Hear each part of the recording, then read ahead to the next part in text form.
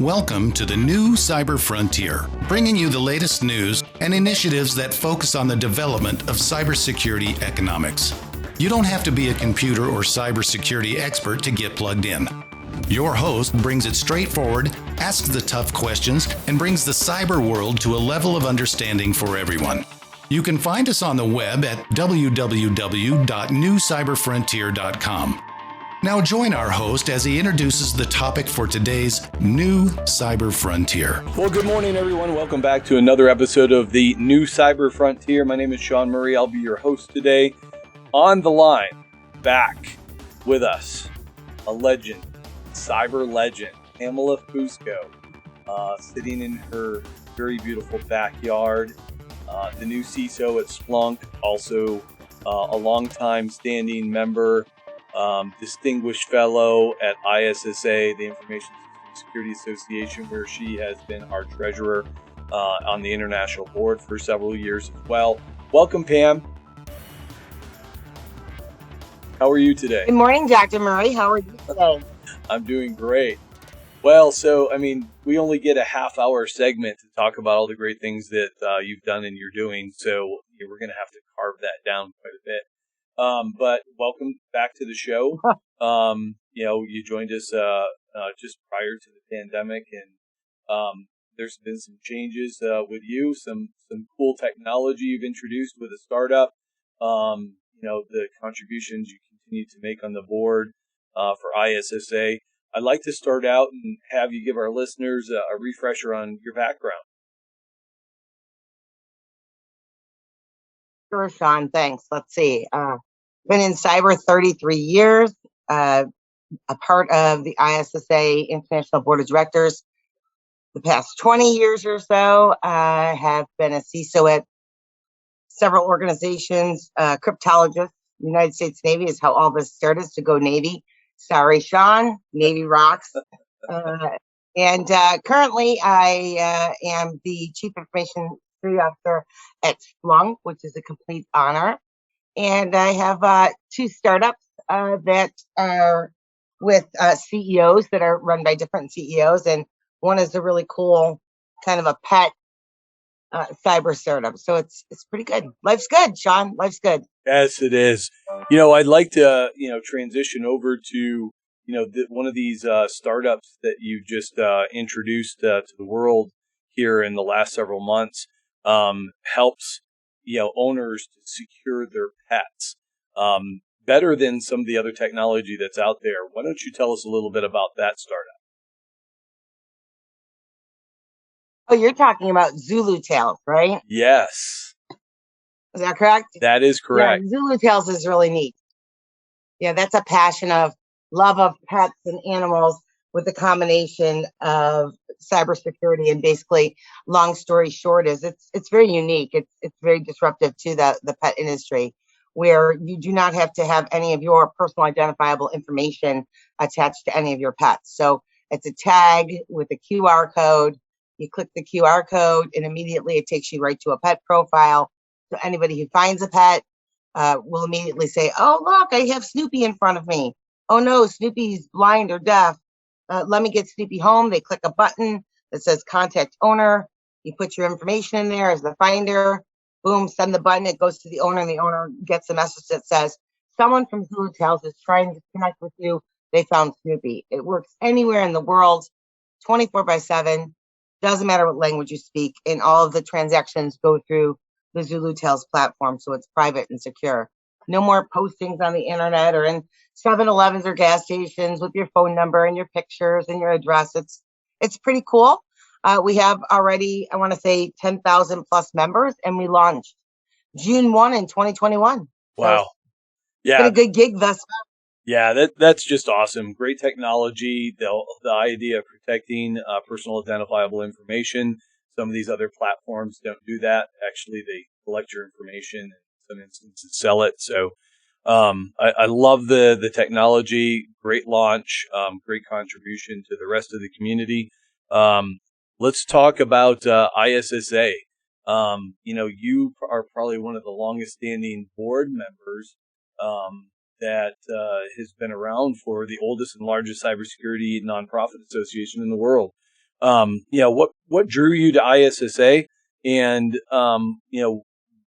what have you seen evolve over your time with the board? So ISSA, I came to ISSA in 1998. So yes, I'm dating myself. What drew me is exactly what you said. It was one of the first pioneered evolutions of how we get cyber individuals to come together. What can we do for the profession? And in '98, even I think ISSA began in 1984, I believe. But the reality of it is, there wasn't an existing element for us to come together. And we all know that in late 1990s, very early 2000 is when the .com boom started. So the security profession was kicking up into overdrive. And initially, again, as a cryptologist coming from, agencies into the real world, you need friends because you don't know what you're going to do when you come into, civilian life. And truly, that's what drew me to ISSA. But I will tell you this, it has been a powerful force in my life. That is where I met you, Shawn, and we are now compadres and friends and professionals together. There's people from around the world that participate in ISSA. So the morphism of ISSA is the fact that we've grown in strides internationally, and we've branched out, right, to bring in different entities, different levels of skill sets, and provide that back to the community on a global level. So I think the power of ISSA is just growing more and more. I mean, given the fact that we are the oldest nonprofit cyber profession organization. So it's a big benefit, and it's a huge part of my life. Yeah, and the contributions over the years, and then we've grown as an international body. As you mentioned, we're in multiple countries across the globe. We have chapters, focusing on professional development, networking. Wherever you are in your career life cycle, the conferences, the level of collaboration amongst professionals, it's just a huge benefit. And as executive officers on the board, you're great to work with. Appreciate the dedication, and it's a big benefit for our members. So just one other aspect of your life, because you're never going to slow down. You're like me. We'll be doing this stuff until we're falling forward, right? Splunk, Right. Splunk, as we know, started, probably over a decade ago as a big data management tool, and has really morphed into multiple capabilities. When I was over with Army Cyber Command, we used Splunk to index large amounts of data coming in from our SIM, and we use that to triage information and data. And they've made strides in that arena for information, cybersecurity, analytics, and now they're a behemoth. So you don't go anywhere without recognizing that name, mm-hmm. right? So transition to Splunk. How did that happen? I mean, what an awesome company, and what an awesome opportunity. And truly it is. It just happened. That's all I can say, really. I had received a call from someone and said, Splunk is looking for some assistance in the cyber arena.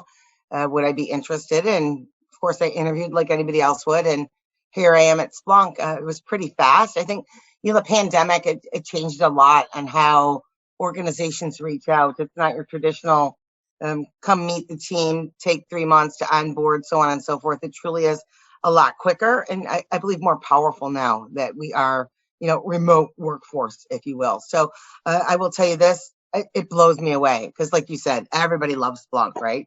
So, and you also stated, Shawn, you've used Splunk. I've used Splunk. I've implemented in companies where it was a CISO in other areas. So it is a powerful force.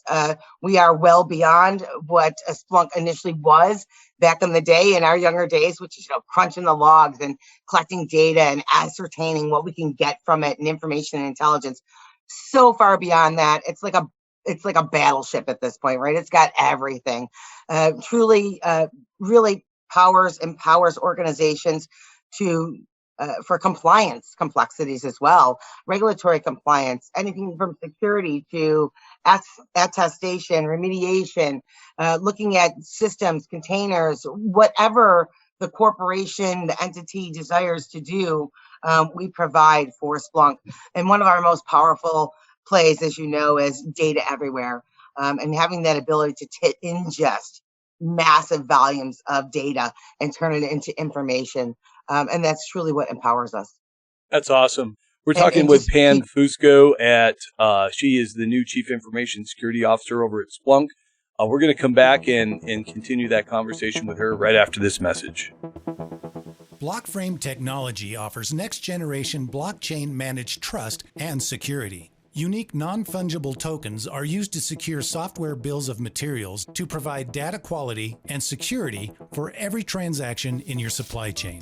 Deploy advanced peer-to-peer product security, scale zero trust capability to millions of IoT devices, allow vendor tracking and accountability, and rapidly reset from compromise.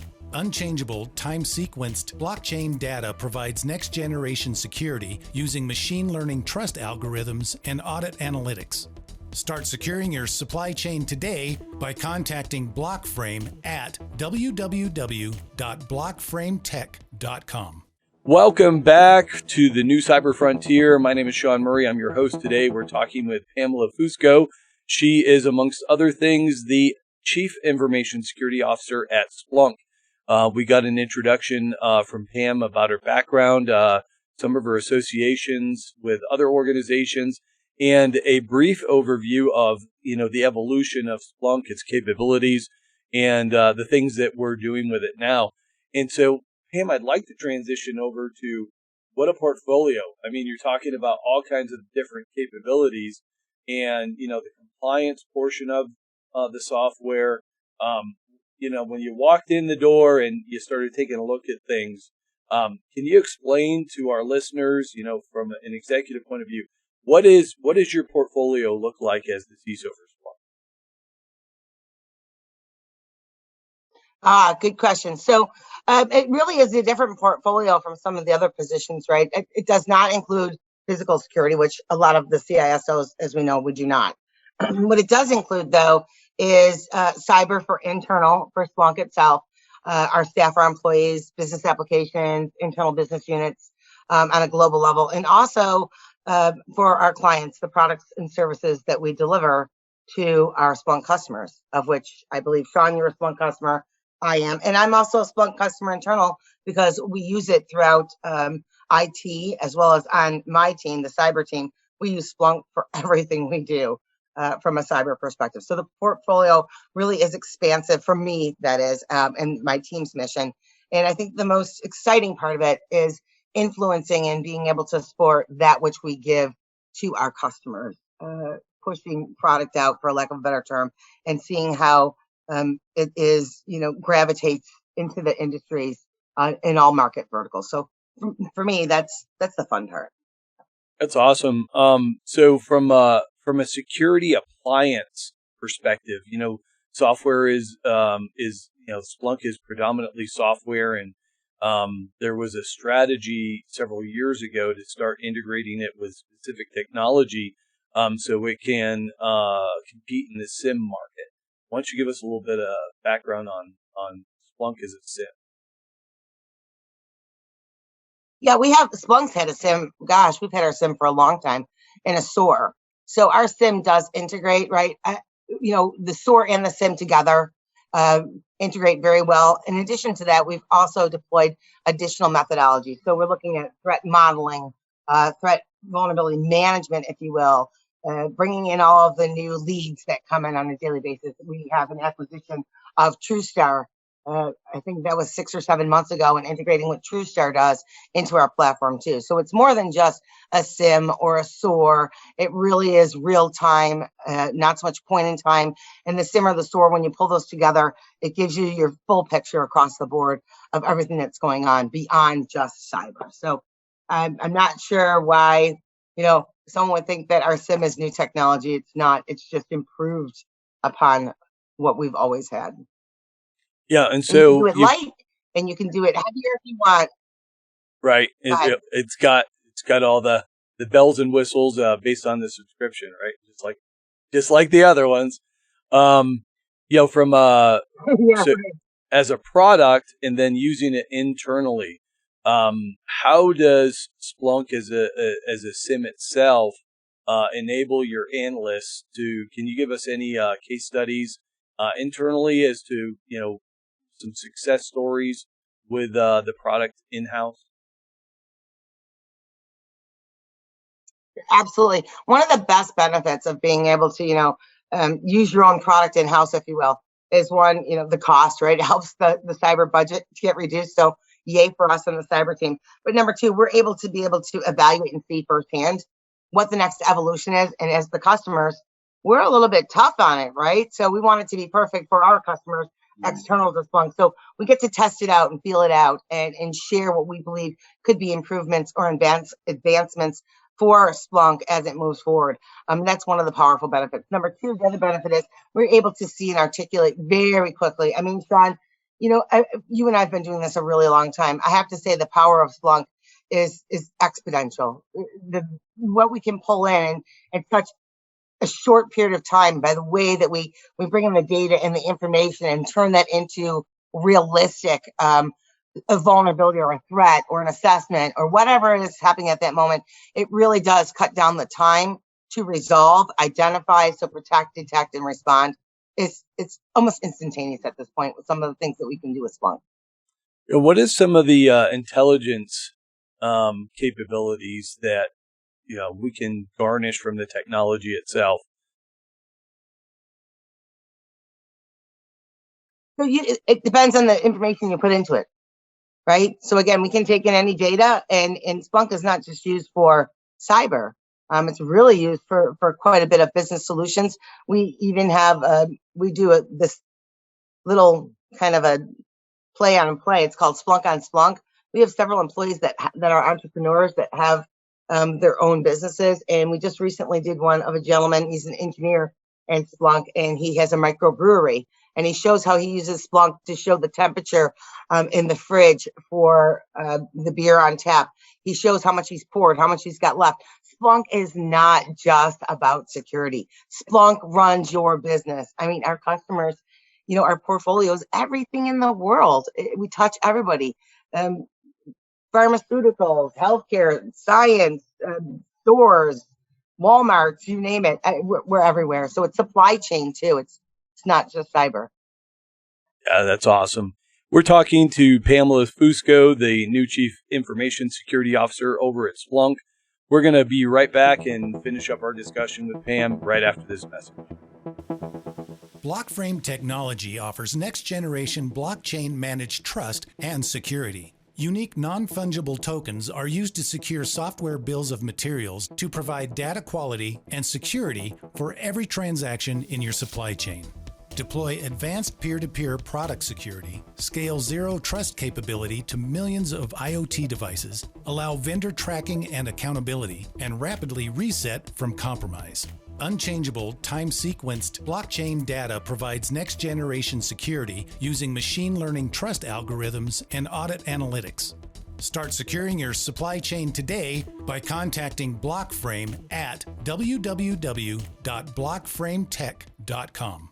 Welcome back to the New Cyber Frontier. My name is Shawn Murray. We have Pamela Fusco, the CISO, the Chief Information Security Officer over at Splunk.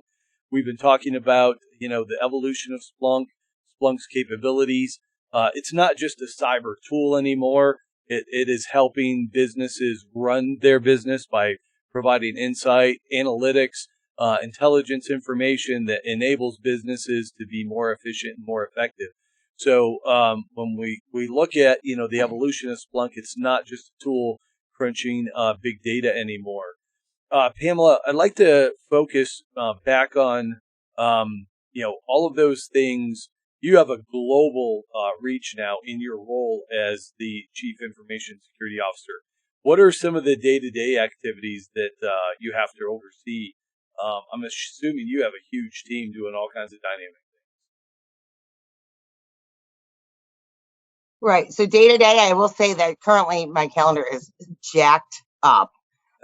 So there's quite a bit going on. The day will start out with, of course, operational, evaluating what's going on in the NOC and the SOC. Then we'll move on to governance risk compliance. any auditing that we have going on, because we do run regular audits both for ourselves as well as our customers. And then we have external audits as well. So just pairing all of that up. Then moving on to maybe a policy steering committee, an executive oversight committee, and of course, onto customer events, whether it's an engagement with the client, it's looking at products, evaluations.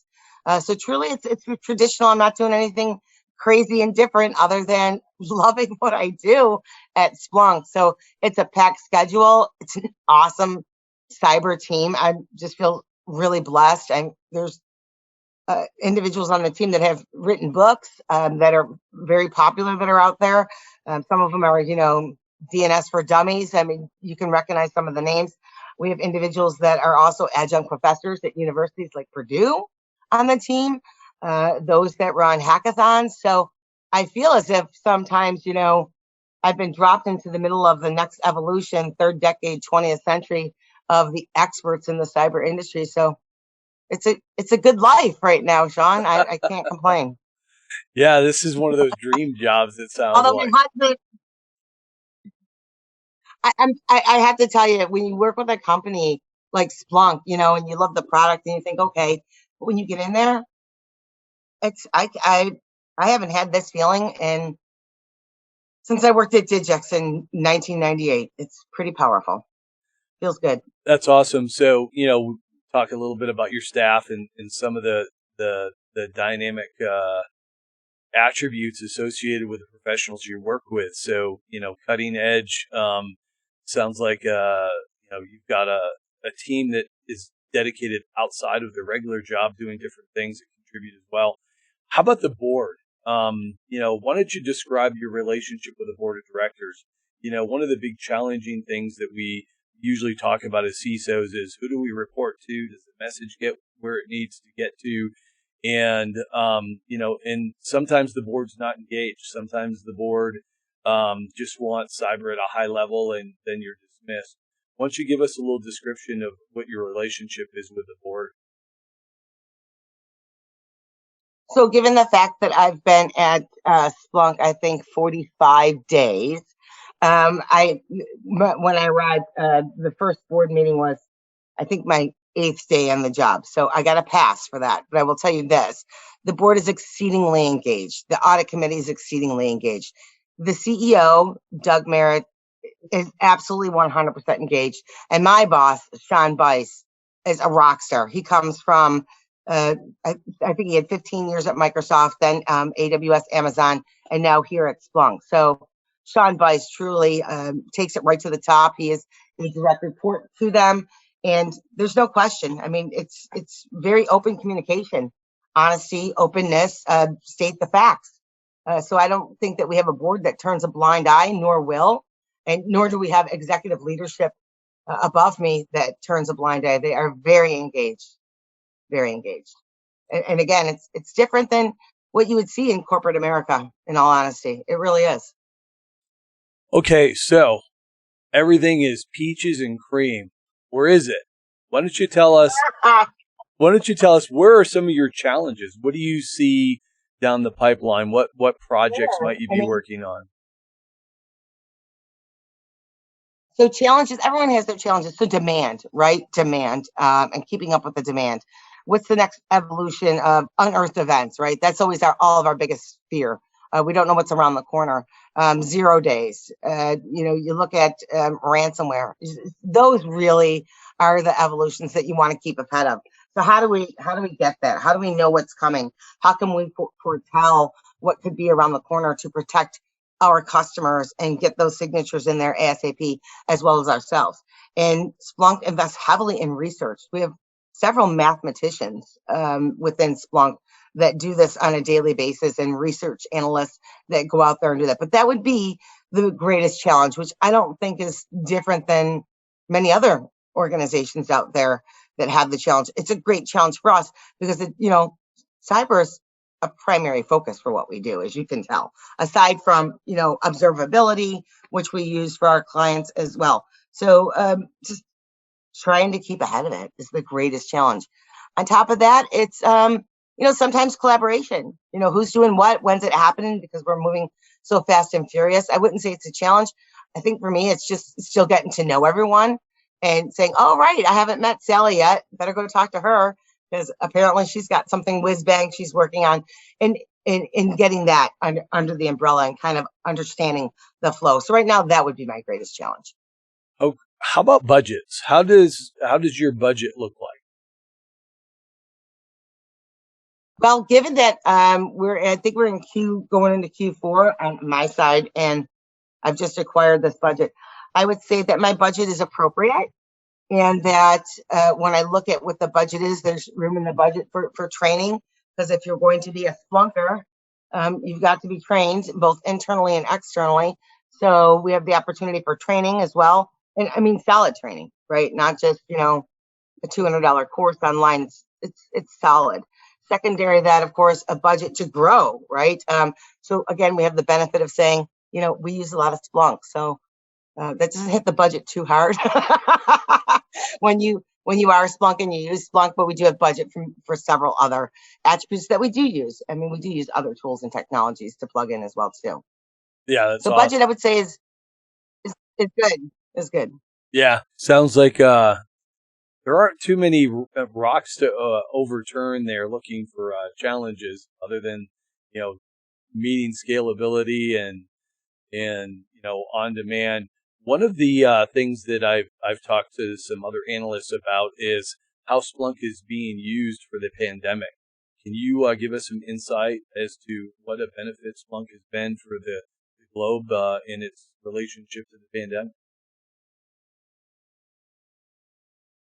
Absolutely. As we know, vaccines, right? And geographic locations for vaccines, because we are data everything, data anywhere, correct? We can crunch that information and process that data and intel at any point in time for any one of our customers. So truly having that information available. And also we do cloud, right? So on-prem and off-prem. So we have managed cloud. So a lot of our clients for point in time or the burstable and the on-demand, such as things like a pandemic. Oh gosh, it popped up. I'm not going to build a data center. Let's put it in the cloud. So really having that capability for the cloud, as well as having the hybrid solution to be cloud or on-prem managed, has been pretty successful throughout the pandemic for many of our clients. And it also goes into supply chain, right? Because that's where the pandemic has really hit humanity. One, from a vaccine distribution perspective, but number two, just goods and services. We all know about the toilet paper situation, right? So if one of your customers is a big retailer, you want to be able to empower them to be able to find their goods and services as quickly as possible, and Splunk does that for them. Yeah, the one of the biggest in-demand positions globally right now are data scientists for just about all aspects of how the pandemic has affected, markets, industries, healthcare, banking, social economics, remote workforce, mental health. And Splunk, it seems to rise to the top of the board as analysts, as a preferred analyst tool. Going back to your comment about how Splunk isn't just a security tool, it really does enable the business. We're at the end of our segment coming up here. We've got a couple minutes left. What is it that any last thoughts associated with your role either at Splunk or what do you see coming down? We're coming out of this pandemic. We're going to have new challenges. Where do you see yourself? Where do you see Splunk in the next 5 years or so? Wow, 5 years. At that point, I think I'll be 61, Shawn. So it's hard to tell. I hope I'm a grandmother by then. No, but professionally, Splunk is definitely going to be in the forefront. You nailed it, right? The pandemic. Hopefully we're dropping down the slope from a pandemic perspective and health and humanities restoring. But the reality of it is our lives are changed forever. And by that, I mean, the remote workforce is here to stay. I do not believe it's going anywhere. I think that we're going to start to see a downsizing with brick and mortar, a sell off of some facilities is for major corporations because the need isn't there, and why have that overhead? So that shift has already begun, but it's going to be more solidified. It's going to be acceptable to work from home, to have that work-life balance, to order online. So a shift will happen in that direction as well too, and Splunk also empowers that with working in the cloud, and everybody at Splunk is remote. Our CEO lives in one place, and I live in New York, and my boss lives in another place on the West Coast, East Coast. So we're everywhere. So we're already practicing that paradigm, and it works very well. So having that under our belt, just as Splunk itself, testing out remote workforce and doing what we do on a daily basis, we kind of anticipate, what our customers are going through as well. So that's going to be powerful in the near future. So I feel there's a big play there for myself and for folks like you, Shawn, who are researchers and, PhD analysts. I'm an analyst by trade. So I see myself probably in 3 years doing some very big analytics, like what happened in the last 3 decades of cyber. That's really where I would like to be, is look at the big picture and say, wow, this is what's happened over the last 40 years, from the time where we rolled down the windows in the car or had to get up and turn the TV on by ourselves and didn't have a clicker, and put that picture together and say, we're a part of this, and it's powerful. So that's kind of where I'd like to be. That's awesome. Well, Pam, we've come to the end of the segment. Ladies and gentlemen, this is Shawn Murray with the New Cyber Frontier. Our guest today, our very special guest, Pamela Fusco, Chief Information Security Officer at Splunk and the Chief Financial Officer at Information Systems Security Association, ISSA International Board of Directors.